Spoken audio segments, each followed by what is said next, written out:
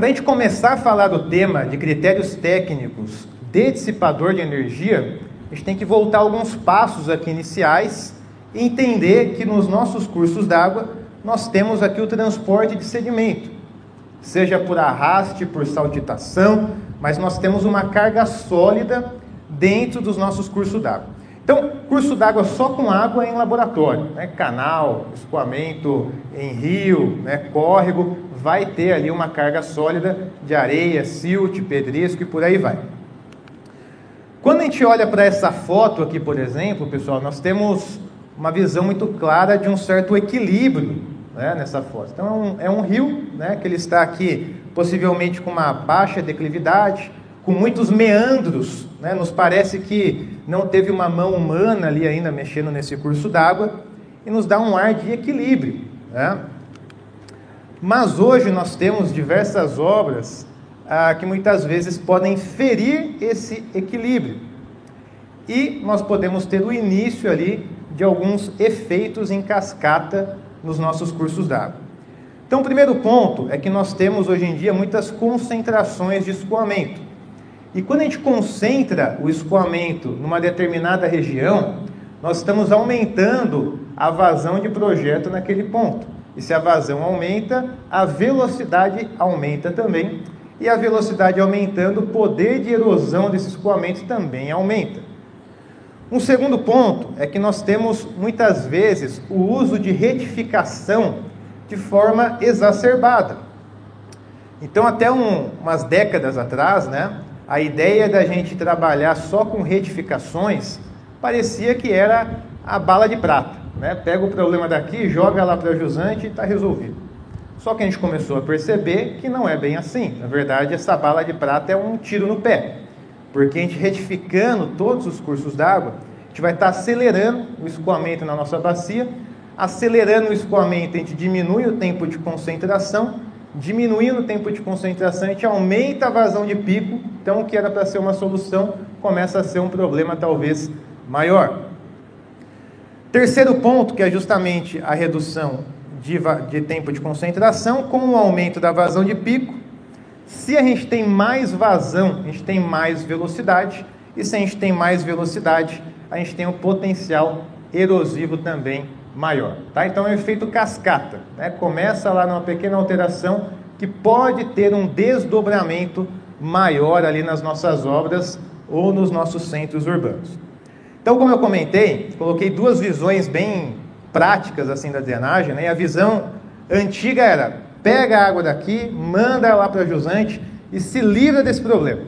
Então, escoa tudo para jusante e se livra desse problema. Essa visão, obviamente, foi caindo por terra, e hoje a visão é uma visão um pouco mais completa da coisa, né? Onde nós devemos deter o volume de água, amortecer esse volume de água, fazer infiltrar esse volume de água. O que for excedente, obviamente, a gente vai escoar para jusante, mas não é simplesmente jogar o problema para jusante, para o vizinho de jusante, né? E com isso, pessoal, com essa instabilidade na drenagem, nós começamos a ter os problemas de erosão. E quando a gente fala de erosão, a gente tem aqui um ábaco, né, que nos limita a velocidade crítica de um tipo de solo que possui uma parcela coesiva, né, quando ele começa a sofrer essa erosão. Então aqui, por exemplo, nós temos esse ábaco aqui da esquerda, onde no eixo horizontal nós temos a vazão admissível do solo. No eixo vertical do lado direito, a gente tem o índice ali de compactação desse solo, e nós temos 4 curvas nesse ábaco. Perceba que todas as curvas são solos coesivos, tem uma parcela de coesão. Então aqui nós temos argila arenosa, solo muito argiloso, argila e solo pouco argiloso, mas todas as curvas possuem ali uma presença da argila, né, da coesão. Então, se a gente olha ali no nível compacto, né, do lado direito, e vai até a nossa curva de argila e rebate aqui para baixo no gráfico, a gente vai determinar qual que é a velocidade crítica daquele material, ou seja, quando ele começa a sofrer a erosão.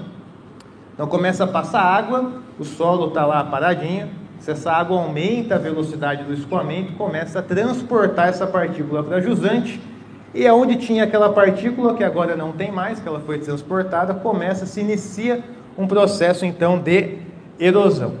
Lá do lado direito tem uma outra equação de Shen, que é voltada mais para materiais granulares, ou seja, sem a presença da coesão. É uma areia, né? Um areião, um pedrisco, né? Então é voltado mais para esse tipo de material, aonde é trabalhado somente com o diâmetro médio da partícula que nós temos ali no leito.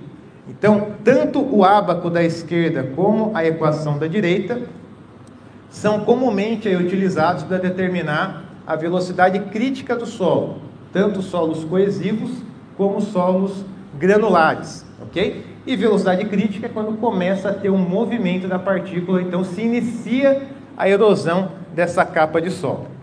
Aqui nós temos uma outra equação também do Souza, de 2011, que correlaciona aqui então a velocidade crítica do escoamento, que é o VCR. Depois a gente tem o peso específico do material, do leito, né? Peso específico da água, diâmetro médio do material do leito e a altura do escoamento. Então, se a gente vai pesquisar na literatura, possivelmente a gente vai encontrar vários conjuntos de equações, ou ábacos, ou tabelas, que nos direcionem para essas velocidades limites de cada material, ok?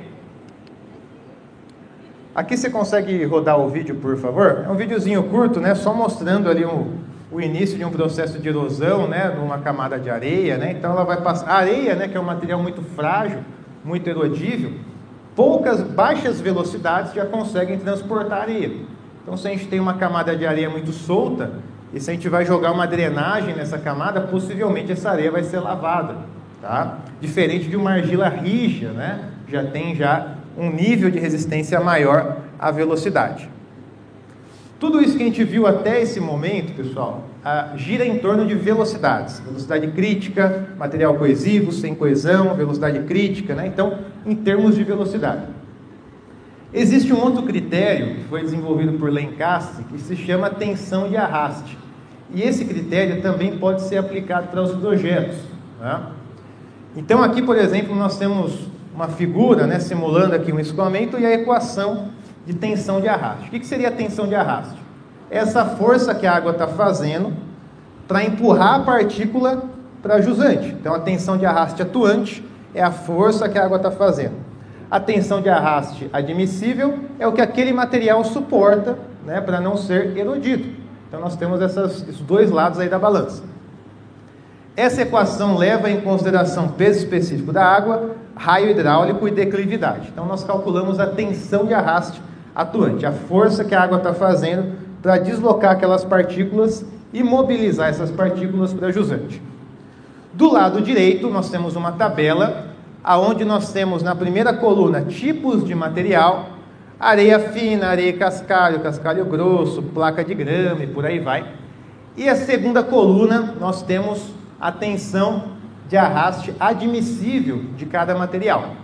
Então, quando a gente vai checar, né, o nosso cenário de projeto, a gente vai comparar a tensão de arraste atuante com a tensão de arraste admissível. Se a força que a água está fazendo é maior do que aquele solo suporta, a tendência é que vai ter um processo de erosão. Então, isso dentro aqui do critério de tensão de arraste. Também pesquisando aí na literatura, a gente vai encontrar várias tabelas, vários ábacos também, que vão corroborar com essa visão. Então, aqui, por exemplo, nós temos uma consolidação na primeira coluna, tipos de material, na segunda coluna, velocidades críticas, e na terceira coluna, tensão de arraste também admissível de cada material. Então, tudo isso, pessoal, para a gente olhar o que? O início do processo de erosão. Vai ter erosão ou não vai, né? Então, é fazendo aqui essa análise que a gente vai responder essa pergunta. Bom, se a gente faz essa análise e chega na conclusão que no nosso cenário, no nosso projeto, no nosso estudo vai ter erosão, nós vamos ter que lidar com alguns problemas da erosão. Então é isso que a gente vai ver agora. Quando a gente pensa em erosão, existem vários tipos, né, de processos erosivos. Pelo escoamento, pela chuva, pelo vento. Aqui a gente vai focar na erosão fluvial, né, pelo escoamento. E essa erosão fluvial, ela pode começar com pequenas ravinas, né, com erosões mais rasas, que se elas não forem cuidadas, elas podem ganhar profundidade e podem se tornar erosões ali de maiores dimensões. Quando a gente fala de erosão e a gente cruza esse termo com as nossas obras do dia a dia, existem sim pontos estratégicos dos nossos projetos, das nossas obras, que são mais críticos, ok? Então a erosão pode acontecer em qualquer lugar, mas existem pontos que essa erosão ela é mais latente. Por exemplo, imagine que a gente está projetando uma rede de drenagem de concreto, PAD, qualquer que seja o material, de um loteamento, de um bairro novo, de um condomínio. Ok, a gente está projetando, então a gente está fazendo a delimitação das áreas de contribuição, caracterizando aquelas áreas com runoff, calculando vazão de projeto, dimensionando as nossas sarjetas, bocas coletoras, redes de drenagem. Beleza. Então estou dimensionando os diâmetros das redes. Só que a rede, ela vai acabar em um determinado momento, ela não vai ser infinita. Vai ter um ponto que vai ter um deságue. E esse ponto de deságue é o ponto crítico onde pode ter a erosão. Por quê?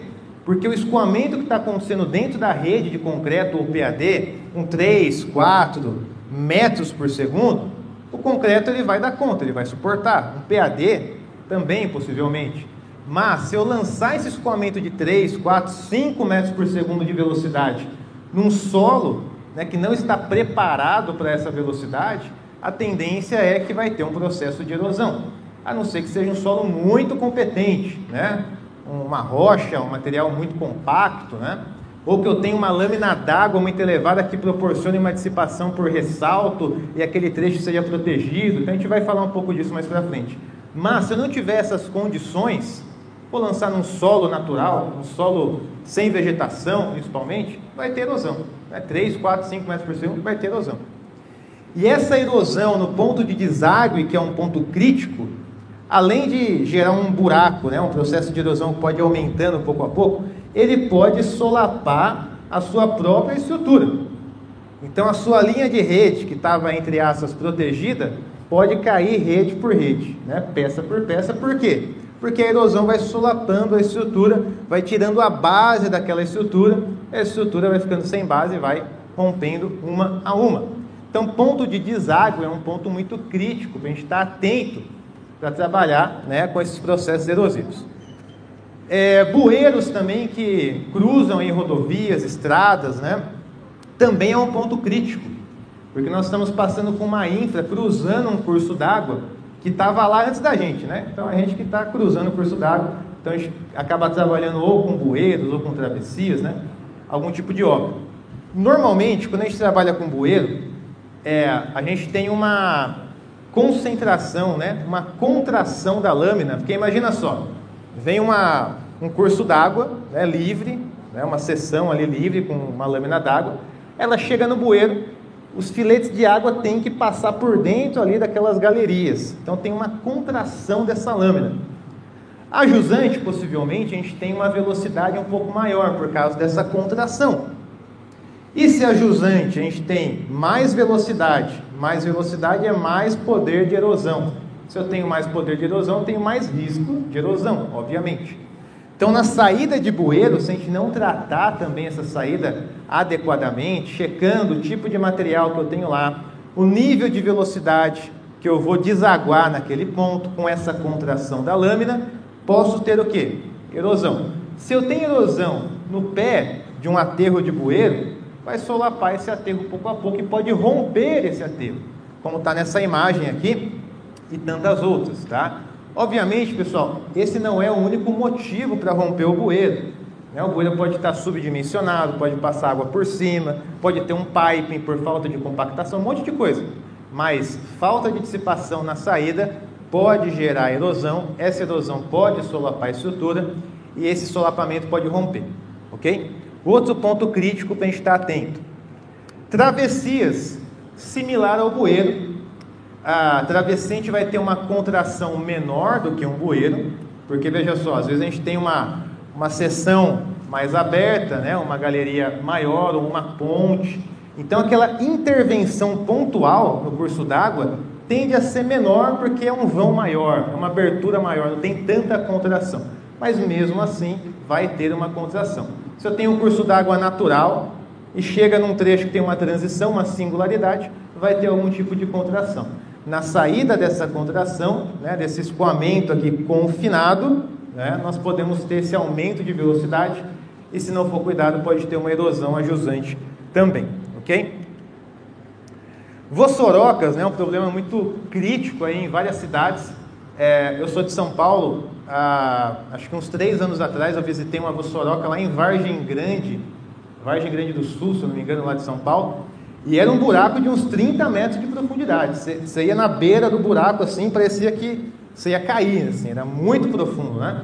E começou com um problema de erosão que ninguém foi se dando conta. Daqui a pouco abriu uma cratera, né, próximo a um bairro, né, residencial da cidade. Então, vira e mexe, a gente acaba encontrando problemas como esse daqui, que é um nível já bastante avançado de um processo erosivo, tá? Bom, então recapitulando, a gente viu um pouquinho ali dos conceitos de transporte de sedimento, checar, né, velocidade crítica, tensão de arraste, início de erosão, se acontecer erosão, quais são os pontos para a gente estar mais atento, onde pode ter os maiores problemas, ok? E agora a gente vai entrar um pouquinho nas soluções. Então, se a gente tem esse problema à vista, a gente já tem que propor soluções, correto? Ou se o problema já aconteceu, né? Então a gente tem que propor a solução também. Então, em termos de soluções, muito é falado sobre dissipadores de energia, que vem muito ao caso aqui. Por quê? Porque se eu tenho um escoamento com muita energia, com muita velocidade, e eu coloco em contato essa lâmina d'água com um solo desprotegido, a chance é que vai ter um processo erosivo, como a gente já viu. Agora, se eu dissipar a energia desse escoamento, transformar aquela velocidade que está bastante alta, numa velocidade mais controlada, um escoamento supercrítico, frude acima de 1, um escoamento subcrítico, frude abaixo de 1, e entregar para o meu curso d'água natural, entregar para o meu leito, esse escoamento mais controlado, o que eu estou fazendo? Eu estou reduzindo as chances de ter problemas de erosão, né? Ou eu estou mitigando, ou reduzindo, ou eliminando riscos de erosão. Então, essas soluções, elas vêm para serem trabalhadas nesse sentido. Aqui a gente tem uma imagem de uma aplicação, né, de um tapete de enrocamento, e nas laterais tem uma solução de solo envelopado, né, que é feito uma compactação de solo, com uma biomanta na face, cresce vegetação, uma solução para se integrar ali com aquele meio, e um tapete de enrocamento na base, na saída daquelas duas galerias. A gente vai ver que existem vários tipos de dissipadores de energia, né? Existe aqui o tapete de enrocamento, bacia de enrocamento, bacia de impacto e uma porrada que a gente vai ver aqui. Então, quando a gente sabe que tem vários tipos de dissipadores de energia, eu já deixo um questionamento para vocês. Qual dissipador usar? Porque pensa só, tenho 30 dissipadores de energia e estou projetando aqui uma saída de rede. Tá, então qual dissipador eu uso? Qual dos 30 que eu uso? Né? Então, esse é um ponto para a gente pensar e refletir. Isso, pessoal, na drenagem, acaba acontecendo em várias etapas do projeto. Desde a etapa inicial, vamos pensar lá em hidrologia, tempo de concentração da bacia, né? O tempo que toda a bacia demora para contribuir com o exutório. Tempo de concentração tem mais de 60 equações. 60 equações. Então, vou começar o projeto, cheguei no tempo de concentração, tenho que calcular o tempo de concentração. Qual equação eu escolho? Tem 60. Então, a gente entra num critério que é conhecido como faixa de validação. O que é a faixa de validação? Imagina só, um camarada lá nos Estados Unidos separou um monte de bacia hidrográfica rural, tá? Bacia hidrográfica rural, com altas declividades, ok? Estudou essas bacias e desenvolveu um método para tempo de concentração, bacias rurais com alta declividade. Se eu pego esse método dele, que funciona, foi testado, foi validado, aplico esse método lá para região de Santos, por exemplo, em São Paulo, que não vai ser uma bacia rural e não vai ser com alta declividade, vai ser declividade quase zero. Eu estou aplicando um método que é validado, testado, que funciona, mas numa situação, numa circunstância que não vai funcionar. Então isso é a faixa de validação, de saber de onde veio os métodos, essas condições de contorno desse método, para saber se eu aplicar essa equação no meu caso, sabe que está condizente com o que foi pesquisado, o que foi desenvolvido? Porque se eu pego uma equação para uma bacia rural, com alta declividade, e aplico numa bacia urbana, com baixa declividade, a equação é boa, mas eu que estou aplicando ela de forma errada. Entende? Então, faixa de validação. Bom, fechando esse parênteses, voltando aqui para o dissipador, e fazendo essa conexão, também falamos de faixa de validação, porque cada dissipador que a gente tem padronizado hoje tem um histórico de teste, desenvolvimento desses dissipadores. E, obviamente, o camarada que foi estudar o dissipador, ele não conseguiu testar todos os cenários possíveis do mundo, né? Ele testou uma fração de cenários. Então, se eu vou escolher aquele dissipador, eu preciso saber quais são os cenários que ele testou, e esse cenário, será que funciona para o meu projeto em questão? Então, esse é o questionamento que a gente tem que começar a fazer para escolher equação de tempo de concentração, dissipador de energia, né? E várias etapas que a gente tem na drenagem. Bom, exemplo, né? Existem dissipadores de energia que eles trabalham por ressalto hidráulico. Então, o que é o ressalto hidráulico? É um encontro, um escoamento supercrítico, né? FRUD acima de 1, com um escoamento subcrítico, FRUD abaixo de 1. Se eu consigo conectar esses dois escoamentos, vai formar um ressalto hidráulico, né? Como nós temos aqui nesse esquema gráfico, tá? Agora eu te pergunto, imagina que vocês vão projetar aqui uma drenagem e a saída da drenagem precisa de um dissipador de energia. Beleza? Então constatei que o tipo de solo, velocidade e tal, vai dar ruim, vamos projetar um dissipador de energia. Beleza? Esse dissipador de energia, vocês começam a projetar um dissipador de ressalto hidráulico, como esse esquema aqui. Só que aí você checa lá na região, na área, que não tem lâmina d'água de jusante.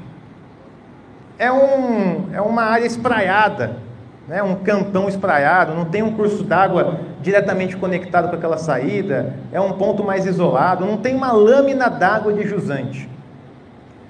Se você não tem uma lâmina d'água de jusante, não vai ter ressalto. Por quê? O ressalto é o encontro do escoamento supercrítico com o escoamento subcrítico. Então tem que ter um escoamento subcrítico criado ali a jusante para eu ter o ressalto. Se eu não tenho, não vai ter ressalto. A gente consegue ter essa percepção melhor quando a gente faz algum tipo de modelagem. A gente testa isso. Então você coloca lá um controle de jusante, uma lâmina fixa de jusante, seja um canal, um curso d'água, um reservatório, o que quer que seja, e quando você faz sem a lâmina de jusante. Se eu faço sem a lâmina, o escoamento que vem de uma escada, que vem de uma bacia, que vem de qualquer dissipador, ele vai embora que nem sente. É como se quase não dissipasse. Mas se eu coloco uma lâmina, aí ele vai formar um ressalto e eu vou ter a dissipação. Então um detalhe que parece que é bobo, mas faz total diferença. Porque dissipadores que trabalham por ressalto vai funcionar quando o ressalto acontecer. É óbvio, né? Mas se eu não tiver a lâmina, não vai ter ressalto. Então, esse é um dos pontos. Quando a gente olha para tipos de dissipadores, e aí eu comentei que são vários, né? Então, porrada de dissipador aí. A cada ano que passa vão surgindo novos dissipadores e testes e tal, coisas novas e tal. Claro que tem um conjunto de dissipadores que já são mais consolidados, já foram mais testados, tem ensaio de laboratório, ensaio em campo e tal, e tal, e tal. E tem dissipadores que estão em fase de teste, vamos colocar assim, né? Então não dá para utilizar, não dá para replicar isso, está na fase alfa ou beta da coisa ainda, né? Então existem alguns aqui, facimar, tapete de enrocamento, bacia, gabião com escada dissipadora, de impacto, SAF, bacia por queda, rampa com blocos, o SBR tipo 1, 2, 3, 4, um monte de SBR. Então, tem vários tipos de dissipadores, como eu comentei alguns minutos atrás. E aí, a gente começa a entrar aqui agora na questão de como selecionar o dissipador de energia. Então, recapitulando rapidamente. Conceito de transporte de sedimento, checar a velocidade crítica, tensão de arraste, vai ter problema de erosão, o início da erosão, Estamos vendo que tem várias soluções de dissipador de energia, mas como selecioná-las? Esse é o ponto. Para a gente selecionar soluções, a gente precisa ter um conjunto de dados em mãos. A gente precisa estudar o nosso caso, o nosso projeto em específico. Como que se caracteriza o nosso projeto, o projeto de vocês? É um loteamento, é uma área urbana, uma área rural, é uma galeria que está saindo, é uma rede de PAD, de concreto, vai conectar com um curso d'água, não vai, é um espraiadão. Então, essa caracterização, né, do cenário. Então, algumas informações importantes que é bom vocês terem em mãos quando vocês forem escolher, né, um dissipador de energia, caso vocês queiram seguir essa metodologia que eu vou apresentar para vocês, ok? 5 passos. Primeiro, localização do dissipador e geometria. É um dissipador que está no meio do escoamento ou é um dissipador que está no final do escoamento? Exemplo, uma escada dissipadora está no meio do escoamento. O escoamento está sendo conduzido pela escada dissipadora. Uma rampa de blocos está no meio do escoamento. Uma bacia USBR tipo 3 está no final do escoamento. Então, a localização do dissipador, a geometria da minha drenagem que vai desaguar nesse dissipador, se é uma rede quadrada, se é uma seção quadrada, se é uma rede circular. Por quê? Porque cada um dos dissipadores aqui são limitados pelas suas respectivas faixas de validação. Então, tem dissipador que só foi testado para a rede circular. Então, se eu pegar ele e aplicar numa seção quadrada, estou pisando um pouco fora do método, né? Então, está atento com isso. Segundo ponto, número de FRUD do escoamento. Quando a gente fala número de FRUD, o FRUD que vai desaguar no meu dissipador. A gente costuma falar que é o FRUD 1, né? O FR1.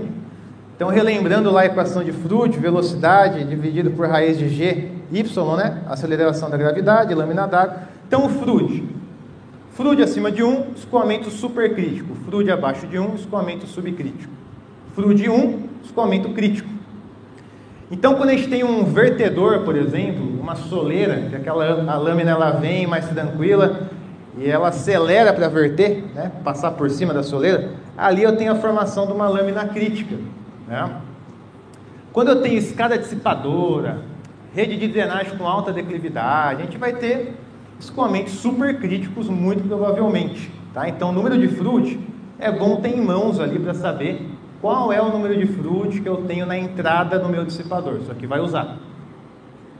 Terceiro ponto, velocidade do escoamento. Se eu tenho o número de FRUD, eu tenho a velocidade, né? Porque o FRUD depende da velocidade. Então, qual a velocidade que vai entrar no dissipador? Outro ponto ali para estarmos atentos. Quarto ponto, lâmina d'água a jusante. Esse ponto é importante, eu queria dar um destaque para ele.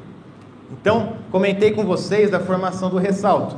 Se eu não tenho uma lâmina d'água de jusante, eu não tenho a formação de ressalto. Então, saber se eu tenho a lâmina d'água de jusante ou se eu não tenho, é primordial para a escolha do dissipador. E se eu tiver essa lâmina d'água, também estimar essa lâmina d'água também é importante, tá? Imagine que você vai desaguar num curso d'água. Esse curso d'água vai ter a sua rugosidade, vai ter a sua declividade, vai ter a sua seção transversal. Então, naturalmente, ele vai ter uma lâmina normal. Essa lâmina vai ser uma lâmina de controle na saída do meu dissipador.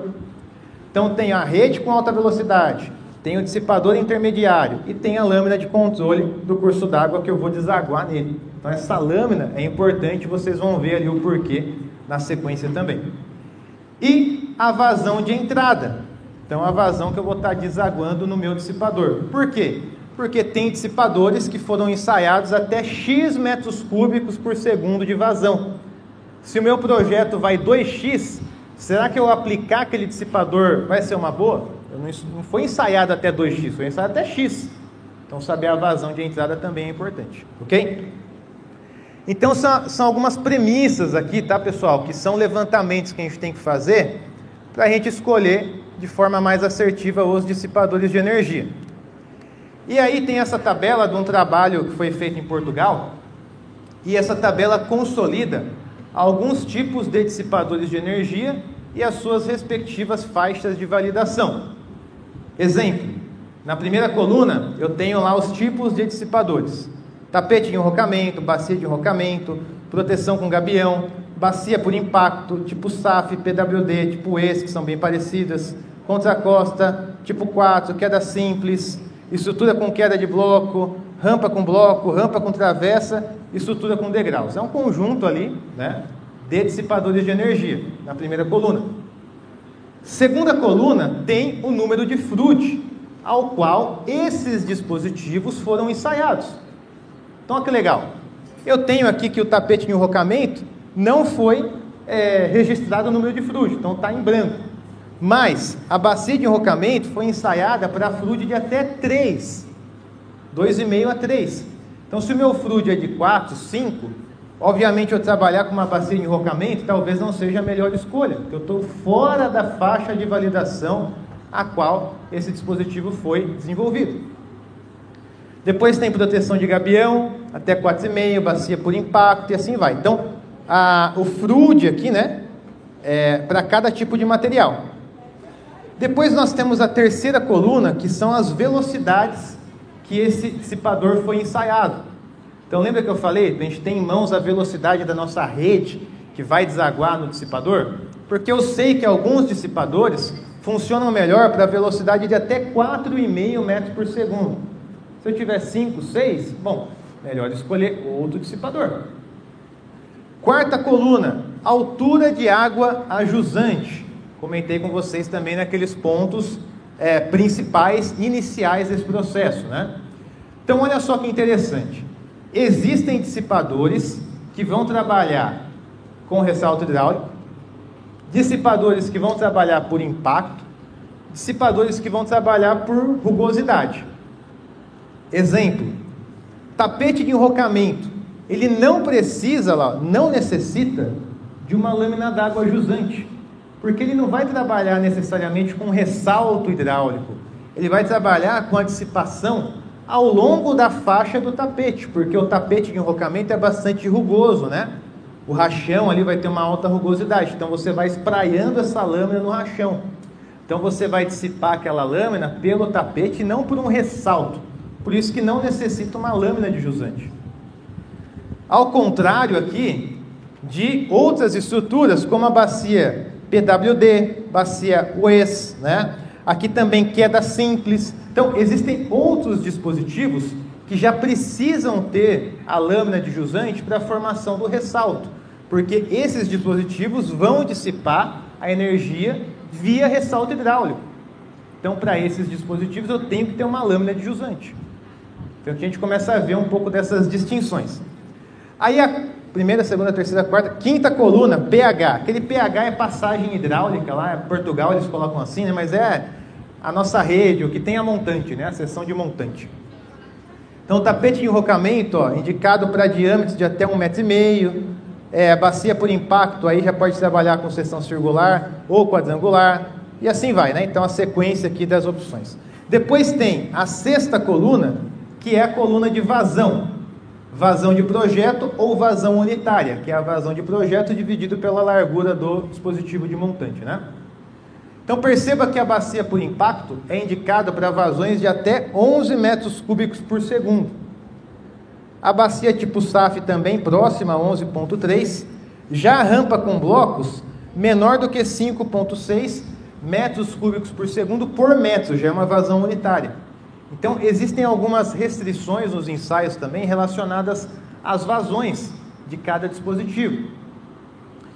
Depois nós temos ali a localização desses dispositivos, ou seja, comentei se está ao longo do trecho, se está a jusante do trecho. E por fim tem observações complementares e tal, que são bem específicas de cada dispositivo. Exemplo, tem um tipo de dissipador de energia que é uma rampa com travessas. Então, um canal, uma declividade X, que tem umas vigas transversais, assim, ó, ao longo do canal, para gerar uma macro rugosidade, que é um termo discutível, né? Mas gera, então, esse efeito, né, entre essas vigas transversais. Para esse negócio funcionar bem, tem que ter pelo menos três linhas, né, de travessas. Colocar uma linha só não faz efeito nenhum. Então, existem algumas especificidades de cada dissipador que está naquela coluna de observações.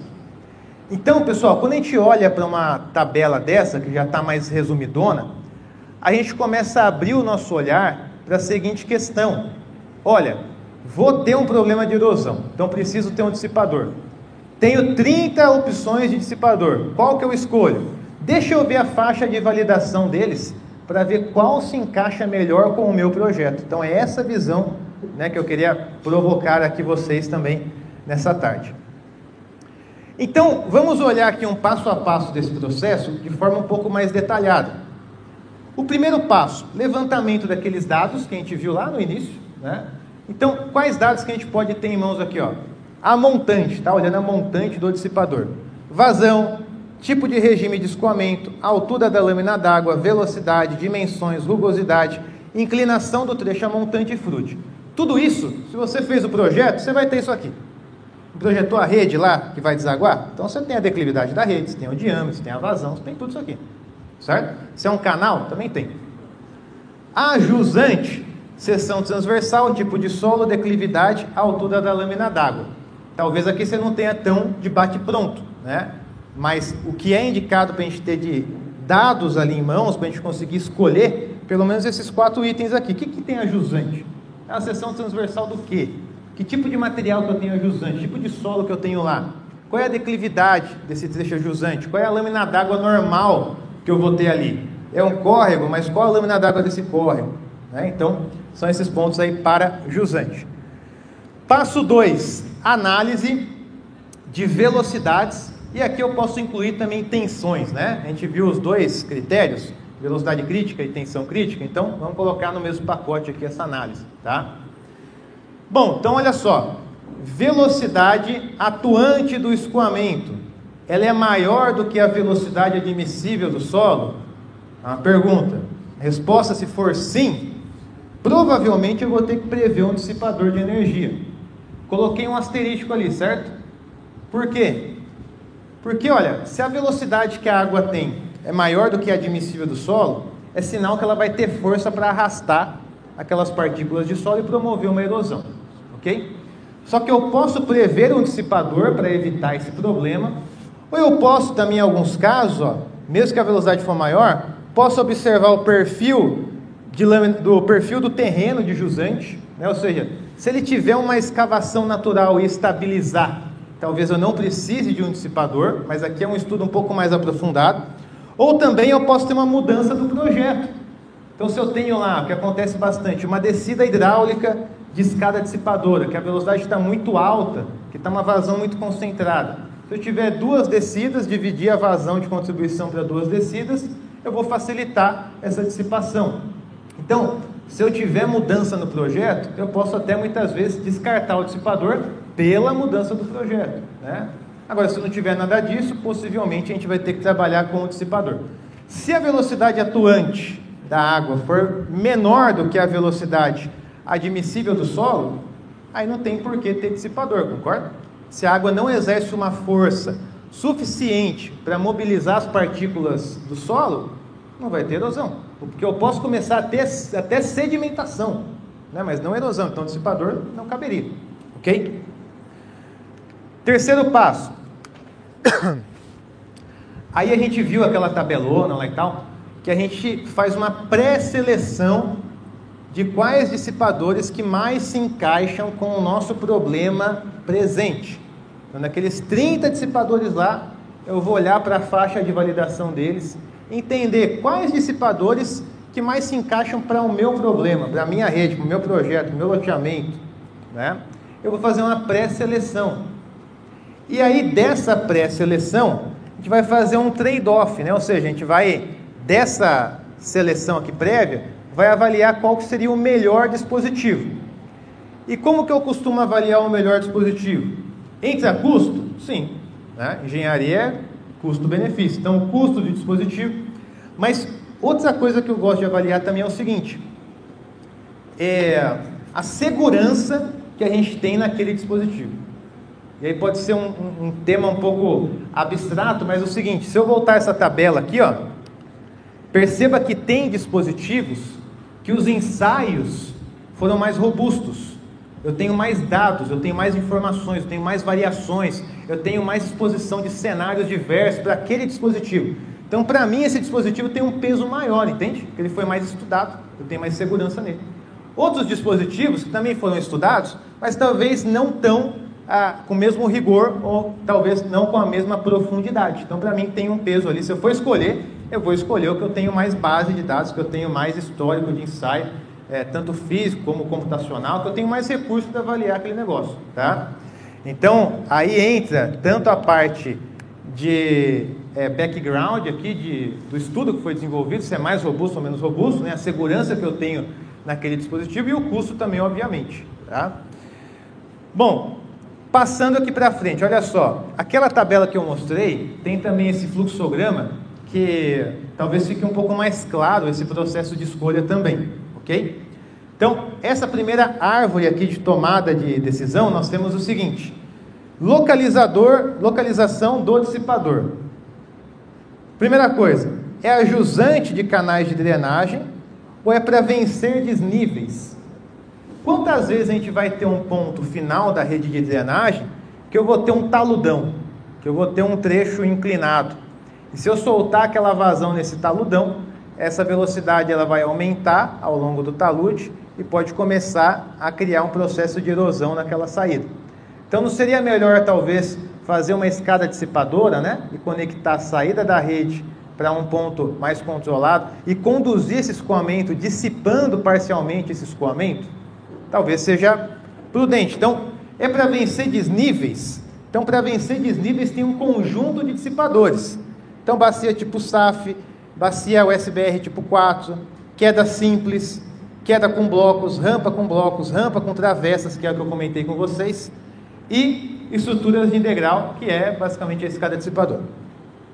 Em cima, jusante de canais de drenagem, saída de passagens hidráulicas fechada ou canal a céu aberto. Então, passagens hidráulicas, tapete, proteção com gabião, bacia de enrocamento, bacia de impacto, PWD, US, contracosta, canais abertos, bacia de impacto, dissipador também, farcimar. Segunda árvore de tomada de decisão.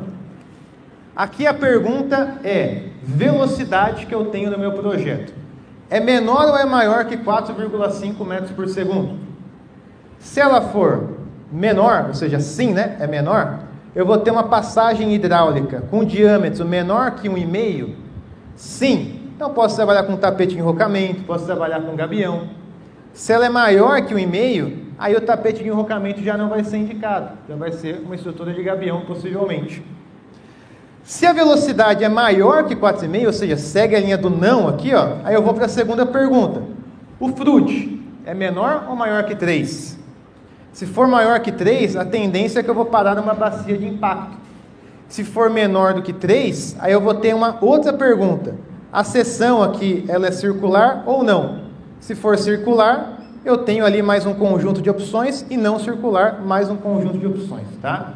Então perceba que ela vai se ramificando, e conforme você tem aquelas informações iniciais que eu tinha relatado para vocês, a gente consegue ir encontrando o melhor conjunto de dissipadores para o nosso projeto. E a terceira e última árvore de decisão já é de desníveis, né? Ou seja, a dissipação ela é gradual, ou seja, ao longo do percurso, como uma escada dissipadora que vai dissipando a cada degrau, ou ela é pontual, como uma bacia, né? Então, se ela for gradual, sim, aí tem o FRUD menor ou maior do que 1 e tem a sequência de dispositivos. Se ela não for gradual, se ela for pontual, eu tenho todas as bacias ali em cima, concentradas como dispositivos, tá? Então não vou trilhar todos os caminhos com vocês aqui, senão vai ficar muito repetitivo, né? Mas vocês estão, acho que pegando aqui um pouco da visão, né, do caminho que pode ser trilhado, ok? Aí eu vou colocar um exemplo aqui um pouco mais prático de escada dissipadora, que é um desse conjunto todos aí, desses dissipadores, né? Onde nós temos alguns pontos específicos. Primeiro, a classificação do regime da escada. Então a escada, a gente não pode simplesmente escolher um padrão de escada, colocar e torcer para funcionar. A gente vai precisar avaliar tecnicamente, hidraulicamente a escada. E para começar essa análise, é saber que tipo de escoamento que vai ter nessa escada. Existe um tipo de escoamento que é conhecido como Nipple Flow, que é esse que está na imagem, ou seja, a água ela vai impactando degrau por degrau. Imagine você numa escada dissipadora, você solta uma bolinha de tênis ali e ela vai quicando cada degrau. É um regime Nipple Flow. Só que tem um regime também, você pode rodar para mim o vídeo, por favor? Aí uma saída também de drenagem, né, que tem ali. Isso aqui é um regime Nipple Flow. Tá vendo que o escoamento ele impacta o degrau e depois impacta o outro degrau? Então é um regime Nipple Flow, certo? Beleza. E tem o regime também Skimming Flow. O que é o Skimming Flow? A água desce quase que na diagonal, como se ela não sentisse aqueles degraus. Forma um pseudo fundo, né? E forma uns vórtices em cada degrau que ajuda a dissipar. Mas tem muito mais energia esse regime. Como dá para ver na imagem, é uma tromba d'água que desce na diagonal. Então a primeira coisa é, que tipo de regime que eu vou ter no meu projeto? Nipple Flow ou Skimming Flow? Por quê? Porque existe uma metodologia para Nipple Flow e existe uma metodologia para Skimming Flow. Então eu tenho que saber para onde eu vou. Então olha só, vamos pegar essa escada de exemplo aqui, ó. Tem a saída aqui é um PV, a saída da rede, né, com a escada. Levantamento de dados, vazão de projeto, desnível, inclinação do talude, largura da estrutura de montante. Isso aí a gente vai ter, né? Fez o projeto, tem isso aí, ok?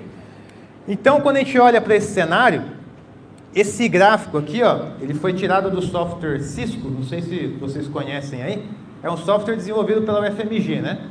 É com a Pimenta Dávila, é projetista. E aqui a gente faz uma classificação do escoamento. No eixo vertical, eu tenho uma relação do S pela lâmina crítica. O que é o S?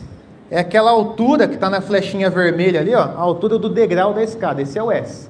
Tá? E a lâmina crítica é aquela equação para a seção retangular. Vazão unitária ao quadrado dividido pela gravidade elevado a 1/3, lâmina crítica. Então eu tenho esses dois valores facilmente.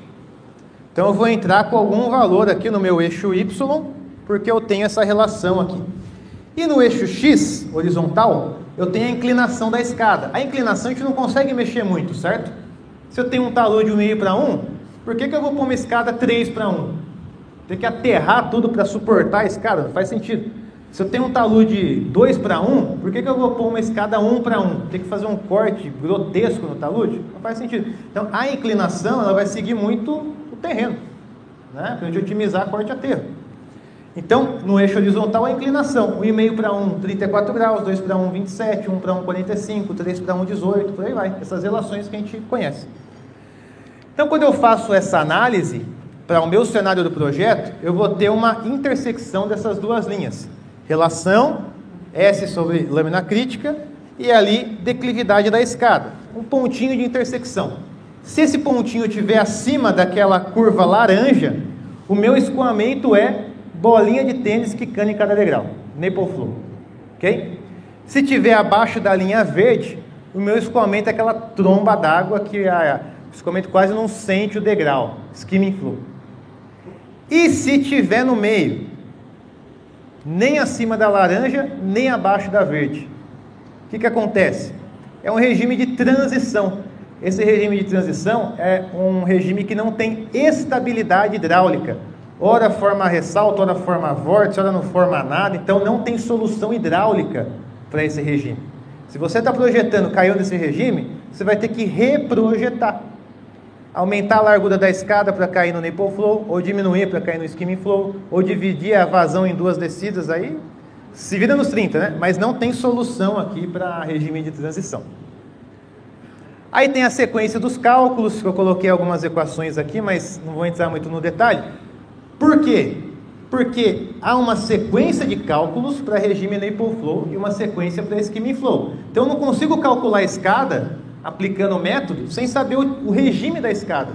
Entende? Por isso que tem que classificar o regime para depois, é Nipple Flow. Então vamos utilizar o conjunto de equações para Nipple Flow. Ok? Quarto passo, quer dizer, ainda no terceiro passo, né? Para isso, tem o software Cisco, que eu comentei com vocês, que é um software bem simples, bem prático, bem básico. Qualquer um pode baixar e quem não tem, instalar no computador, é gratuito, bem simplesinho, tá? E roda escada dissipadora. Por quê? Porque ele trabalha com as metodologias de Chanson, Otso e Assuda, que são pesquisadores nessa linha de escada dissipadora.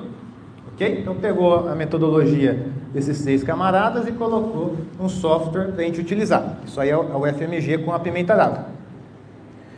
Análise de resultado. Essa tabela aqui é uma tabela de velocidade admissível do gabião. Se a gente está calculando a escada lá, como a gente viu em gabião, então classifiquei o regime da escada, vi que é Nipple Flow, vou aplicar a sequência de equações da Nipple Flow e vou ter o quê? Lâmina d'água, velocidade final, né? Como dado de saída. Agora eu preciso comparar essa velocidade, esse fluid, essa lâmina d'água com o meu material. Porque olha só, se eu tenho uma escada com uma velocidade de 15 metros por segundo, eu não vou pôr um gabião lá, não vai aguentar, nem o concreto vai aguentar direito.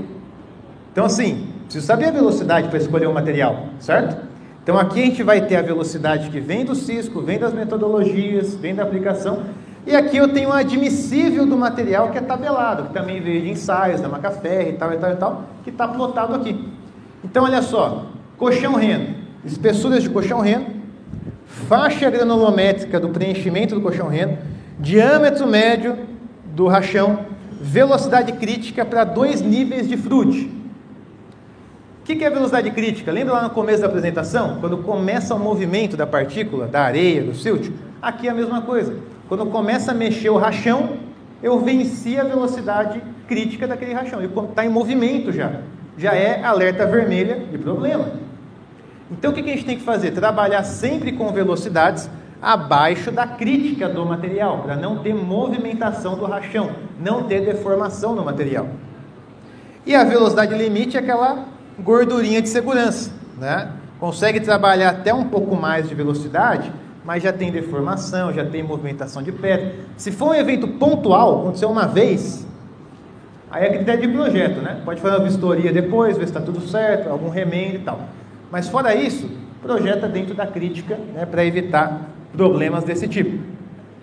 Então aqui é o relatório de saída do Cisco, ó, sai a velocidade final e o FRUT. E ali tem uma tabela também de velocidade admissível para o gabião caixa, com meio metro de altura ou 1 metro de altura. Então as velocidades críticas, ó, também do gabião caixa, e também a velocidade limite, ok? Perceba que a velocidade crítica para um FRUT que vai até 3 é um pouquinho menor do que para um FRUT de 1,5, que é um escoamento mais agressivo, tá?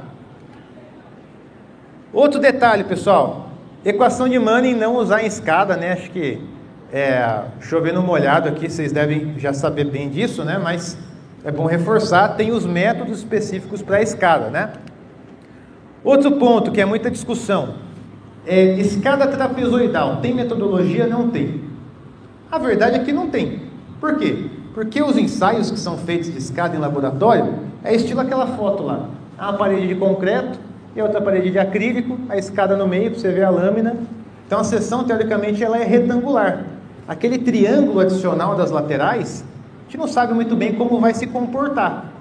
Pode ser que se eu aplicar o método da escada retangular na trapezoidal funcione? Pode ser que sim, pode ser que não. É uma área mais cinzenta, entende? Então, existem várias obras aí de escada trapezoidal que estão funcionando, né? Então, assim, é uma área cinzenta, ainda que carece um pouco de pesquisa. A jusante da escada precisa ter alguma proteção adicional? Muito provavelmente vai precisar de alguma coisa. Porque às vezes o pessoal fala assim, mas escada dissipadora, já não vai dissipar energia? Vai, parcialmente, mas aquele desnível, que nem aqui, 17 metros de desnível, a água não vai chegar lá no pé da escada mansinha, tranquila. Não, acabou de cair 17 metros. Mas caiu em degraus? Caiu, mas é 17 metros. Então o escoamento no pé da escada ainda tem muita velocidade. É melhor do que você fazer um toboágua, né? Fazer um canal inclinado, aí ia ser muito maior. Mas degraus, né, vai dissipar parcialmente. No pé da escada, quando a gente vai checar as velocidades, ainda são altas. Então muitas vezes é comum a gente ter elementos complementares de dissipação. Faixa de enrocamento, algumas bacias, tá? Outro ponto importante, esses ensaios aqui, todas essas metodologias, elas foram feitas para escadas de grandes dimensões, vamos colocar assim, escadas de vertedores principalmente, né? Hoje a gente aplica essas metodologias para escada de rodovia, escadinha pequenininha, de loteamento e tal. E funciona bem. Só que tem um detalhe importante, olha só. Quando você olha aí, não sei se o pessoal do fundo vai conseguir ver, mas essa imagem da direita, até aqui dá para ver melhor também, os ensaios são feitos assim. É como se fosse uma barragenzinha com uma escada depois. Então a lâmina d'água ela sobe, sobe, sobe, aí ela verte na escada. Tá vendo aqui, ó? Ela está subindo, subindo, aí ela começa a verter pela escada. Isso daqui caracteriza que a condição de contorno de entrada na escada é um escoamento subcrítico, que é um escoamento que estava parado, começou a descer pela escada. Nas nossas obras, às vezes a gente tem uma rede que vai conectar na escada, que é uma rede já supercrítica, né? Velocidade de 6 metros por segundo, vai jogar na escada, a água vai pular os degraus assim, ó. Ela não vai colar no degrauzinho bonitinho, pula o degrau. Então a condição de entrada dos métodos de escada são todos subcríticos, né? Então por isso que muitas vezes a gente tem que ficar muito atento ao que a gente vai ter a montante para ver se o nosso método realmente está se encaixando com a realidade, né? Senão vai ter uma tromba d'água na obra, vai pular os degraus e vai acontecer totalmente diferente do que foi previsto, tá? Fora aqui o Cisco, né? E tem algumas planilhas também que eu acabei desenvolvendo, mas tem o software OpenFOAM, que eu estava comentando com o pessoal aqui antes de começar também. Esse software é uma das únicas ferramentas que você consegue fazer uma análise hidráulica em 3D, por exemplo, de uma escada dissipadora, como está nessa imagem aí. Tá? Então, eu tenho Cisco, eu tenho RecRas, eu tenho Swing, nenhum desses softwares faz análise de escada em 3D. O OpenFOAM é um deles que faz. Ele trabalha com equações de Navier-Stokes, nas 6 direções e tudo mais. Então, a possibilidade, quando o bicho pega no projeto, né, a minha escada é muito fora do convencional, não se encaixa no engessamento técnico dos métodos do Cisco e tal, é um recurso que eu ainda tenho para resolver aquele problema. Tem uma escada, aí tem uma berma, tem uma escada, tem uma caixa. Toda essa geometria eu não consigo modelar numa planilha simplesmente ou no Cisco. Então tem que ter um recurso um pouco mais aprofundado. E esse recurso acaba sendo o OpenFOAM. Aqui uma outra escada, pode rodar o vídeo aí, por favor? Aqui uma outra escada também é de gabião com uma proteção de concreto, né? Então dá para ver aqui toda a estrutura dela em gabião caixa, as laterais, a base, os degraus, né? Aqui é da antiga escada, né? Que tinha lá na região. Então ela tem um lance de escada, tem uma berma, depois desce mais o lance, tem uma berma e vai embora essa escada aí. E aí perceba que ela tem uma camada de concreto ali cinza, ó, na parede, ó, e também na base. Por quê? Porque a velocidade desse escoamento é muito maior do que o gabião suporta.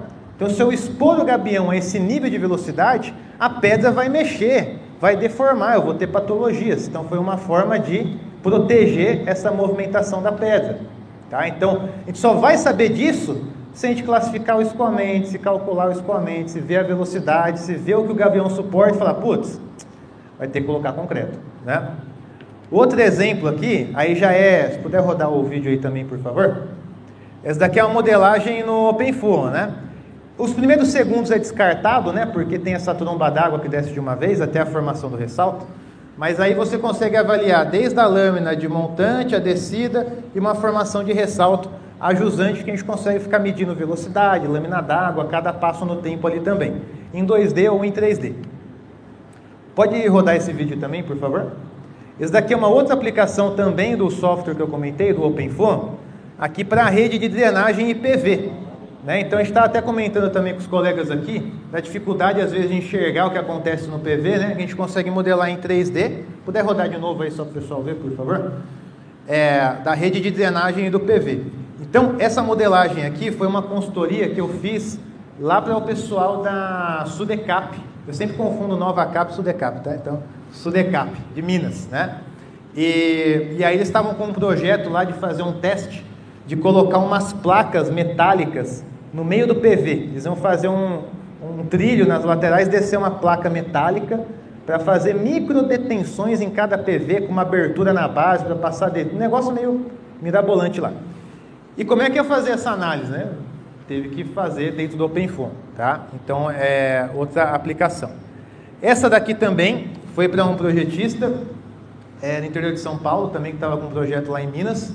E aí as galerias fechadas ali, as quadradas, já existiam. Então já tinha a duela quadrada, já tinha a caixa e já tinha a sequência da duela. Eles queriam fazer uma lateral da caixa, sair com um tunnel liner e fazer essa bifurcação das vazões. E eles tinham muito receio do que ia acontecer hidrodinamicamente na caixa, e principalmente os jatos de água que poderia pegar na tampa da caixa e fazer a tampa voar lá nas alturas. Então foi feita essa modelagem também para identificar os níveis de velocidade, tensão de arrasto, níveis d'água, né? E também o melhor posicionamento ali de tampa e tal, que obviamente ficou ali para montante no lado esquerdo, né? Aqui também uma modelagem, se puder rodar isso aí também, por favor. Aí só para mostrar uma aplicação de bueiro também que pode ser feito, né? Então, bueiros aí para rodovias, né? Bueiros de passagem mesmo hidráulica, seção retangular, circular, pontes, né? Então, é um mar azul aí de possibilidades também de modelagem. Aqui um outro exemplo também de um dam break, né? Com um alteamento. Então, isso aqui é bastante feito lá em Minas, inclusive a Caferri fez também uma obra de um alteamento lá da B5, lá para Vale, né? Que era similar a isso aqui, tinha uma barragem, um diquezinho já de jusante, ia fazer um processo de descomissionamento do dique de montante, poderia romper aquele negócio, ia descer aquela tromba d'água. Então foi feito um alteamento do dique de jusante, né, para aquela lâmina ser contida, né? Então todo esse impacto hidrodinâmico, né, gerado na estrutura, que vai ter que suportar para ela não deslizar, tombar e tudo mais, né, também pode ser avaliado, né, com esses critérios. Aí, pessoal, eu coloquei exemplo aqui, planilha, né? Mas eu acho que eu vou fazer um pouco diferente. Depois, se a Vivi me confirmar aqui, o que a gente pode fazer é disponibilizar a planilha para todo mundo, né? Aí depois vocês podem mexer com a planilha aí. É uma planilha que eu montei para a escada dissipadora, né? Então aí depois a gente pega a lista aí, manda para todo mundo, aí vocês vão mexendo. Nada muito fora do que eu mostrei aqui, tá? Só para vocês usarem aí, testarem e tudo mais, tá? Só para não comprometer muito o nosso tempo aqui. Quem já é aluno aí Sobre as Águas, da pós, aí já até tem, né? Vai chover no molhado, mas quem não tem, a gente vai disponibilizar para vocês então. Beleza? Dentro dessa planilha, então, tem alguns prints aqui que eu estou mostrando para vocês, da classificação do escoamento, né? E depois aqui da aplicação da rotina de cálculo, que vai estar tudo aberto lá para vocês verem depois com mais tempo, né? Quem quiser olhar com mais cuidado aí também. Beleza? Então, pessoal, para fechar aqui a apresentação, aqueles que quiserem conhecer de forma um pouco mais aprofundada o nosso trabalho, tem uma boa oportunidade, porque amanhã, às 8 horas da noite, a gente vai fazer um evento ao vivo e online, né, no nosso canal do YouTube. Inclusive, quem quiser se inscrever, esse aqui é o QR Code, né? Então a gente vai mostrar de forma mais aprofundada aí para vocês um pouco dessas aplicações, dessas técnicas, desses softwares, né, das metodologias, para que vocês possam conhecer um pouco do nosso trabalho nessa área de capacitação. Como eu disse no começo, é uma área que a gente está enxergando muitas oportunidades no mercado, né? A gente tem visto aí muitos problemas de drenagem que são crônicos, não só aqui em Brasília, mas no país inteiro, né? O problema de drenagem não escolhe região, acontece para tudo quanto é lado, são crônicos, tem se intensificado, e ao mesmo tempo a gente tem uma necessidade de ter profissionais ali qualificados, especializados nessa área, para conseguir tocar esses projetos, né, e tocar essas consultorias. Então, nosso trabalho é justamente de formar esses profissionais para atuarem também nessa área. Beleza? E deixando aqui também, né, o meu muito obrigado aqui a todos vocês, mais uma vez ao convite da Macaferri.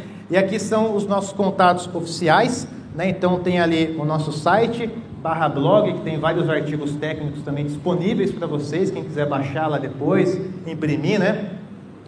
Nós somos muito ativos aí nas redes sociais, Instagram, LinkedIn, Facebook. No canal do YouTube também tem uma porrada de aula lá também desses temas que a gente abordou aqui com vocês. O nosso Telegram, o meu e-mail oficial, que é contato@enjosecosta.com.br. E ali tem o nosso time, né, de atendimento com vários números também de WhatsApp para quem quiser entrar em contato com a gente depois também. Beleza? Então, mais uma vez, pessoal, muito obrigado pela atenção de vocês, pelo convite aí da Macaferri, e sigo as ordens aí também, tá bom? Muito obrigado.